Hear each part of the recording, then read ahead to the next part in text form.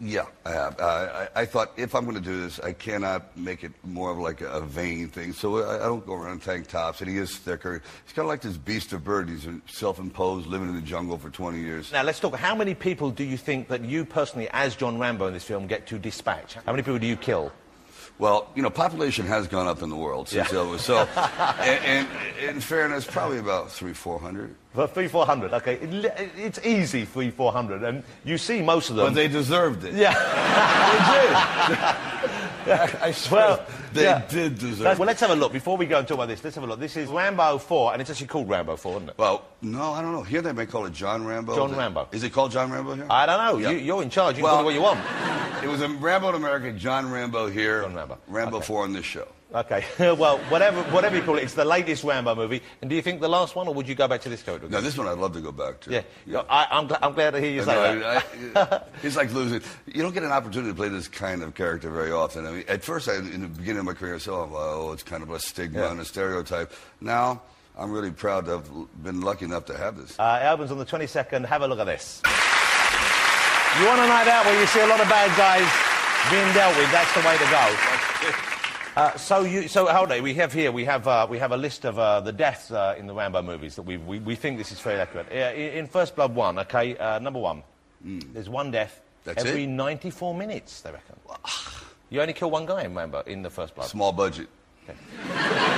First Blood Part 2, 67. Now we're talking. There's a lead. One death every 87 seconds. Time of first death, 33 minutes in. You've got to wait for it. Rambo 3. Rambo 3. 108 deaths. One death every 56 seconds. Time of first death, 41 minutes. Rambo, death, 236. One death every 23 seconds. Now we're talking. Time of first death, 3 minutes, 20 seconds. No hanging around with that one. Don't arrive late. You'll miss one of them. Right? So you might do more. You would consider going back, because I feel this story, you could tell more. You could, because now you're back. Well, we don't want to say the ending, but there is. I'm telling you, it's very hard to find a character that kind of represents the loner, the outcast, the fellow who did his job for his country, and the country turns his back on him. Which is kind of timely. It's always been timely. Exactly. But it seems more so now. It is timely. Yeah. It is. 10 years ago, I don't think it would have been right, and it was a long shot to do it. And I knew, people would make jokes about it, but I said if the story's good and the Burmese situation is something real, it may work.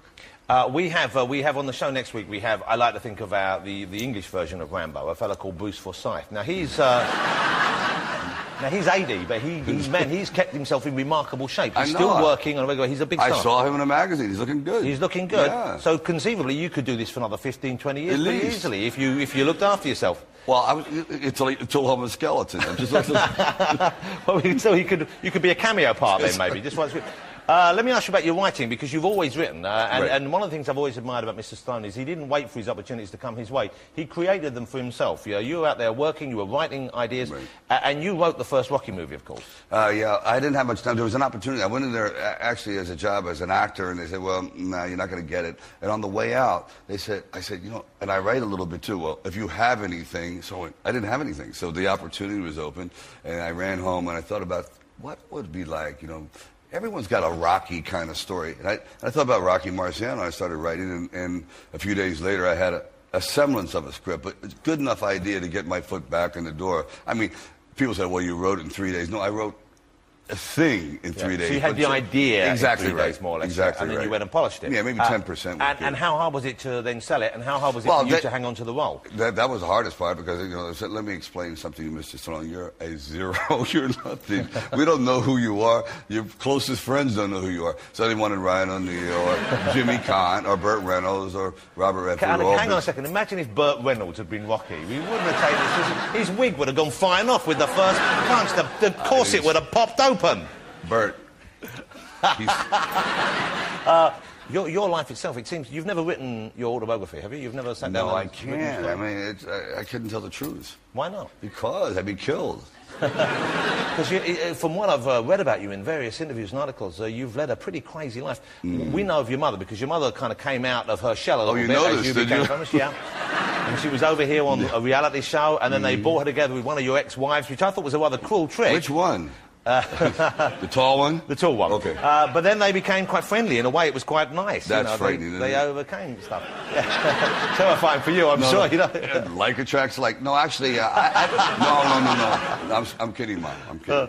But I don't know much about your father. What was how big an influence was your father in your early life? Well, he was a tough dude. You know, he was a real hard guy. And I think a lot of things I draw from Rambo, I got from him. He's a real salt of the earth kind of guy. So he was kept himself to himself, kept his emotions pretty tight? Oh, yeah, no doubt about it. Very physical, very strong. Well, you say that. I read one thing you said, and I don't know if you said that he once knocked out a horse in front of you? He did. But he punched a horse? He did punch a horse. What had the horse done to deserve this? Well, you know, what it is the horse turned around and it hit him in the forehead and knocked him down. So he just got up and hit the horse, and the horse sort of staggered. Uppercut, right hook, left hook, jab, hook? Tell you the truth, it was a overhand right. Wow, that's a big punch to throw. Overhand right to the bridle, I think it was. A glancing bitch shot. But, you know, actually the horse wasn't hurt, so please, no letters. And the horse did kick his ass later on. Trust me. Let me ask you about your family now, then, because you have a couple of sons who are pretty grown up now, I guess. Yeah, they're a little bit older than I am now. Proper grown-up boys. It's funny how your children start to outgrow you. Yeah. And three daughters. 3 daughters. How old are your daughters? Oh, my God. 12. Young. 12, 10, and 7. Yeah, youngish. And you're enjoying family life? I get the feeling that you're enjoying it. Well, I am to a point, but everything in the house is female. You know, you got the housekeeper female, the dogs are female, it's obviously my daughter is female, my wife, so I don't stand a chance. It's pretty soon I'm going to end up wearing a dress. I don't know.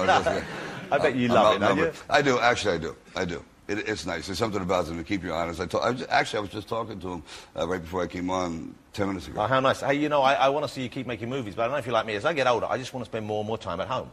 I don't really want to go anywhere. I don't want to do anything while I'm there. I just like being at home. I thought it was just me. Knowing they're nearby. Yeah, you're right. No, you're right. I don't want to spend time with them even. I don't really want to talk to them, but I want to be in the same building. Yeah, it's like I'm same vicinity. I'm locked in the office, but I'm here, okay?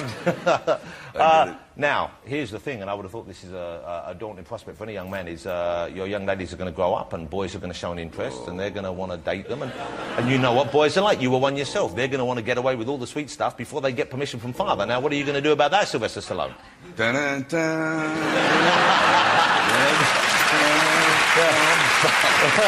Here's the deal.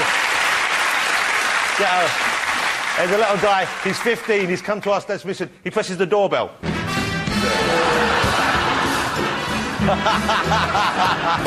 want to do what?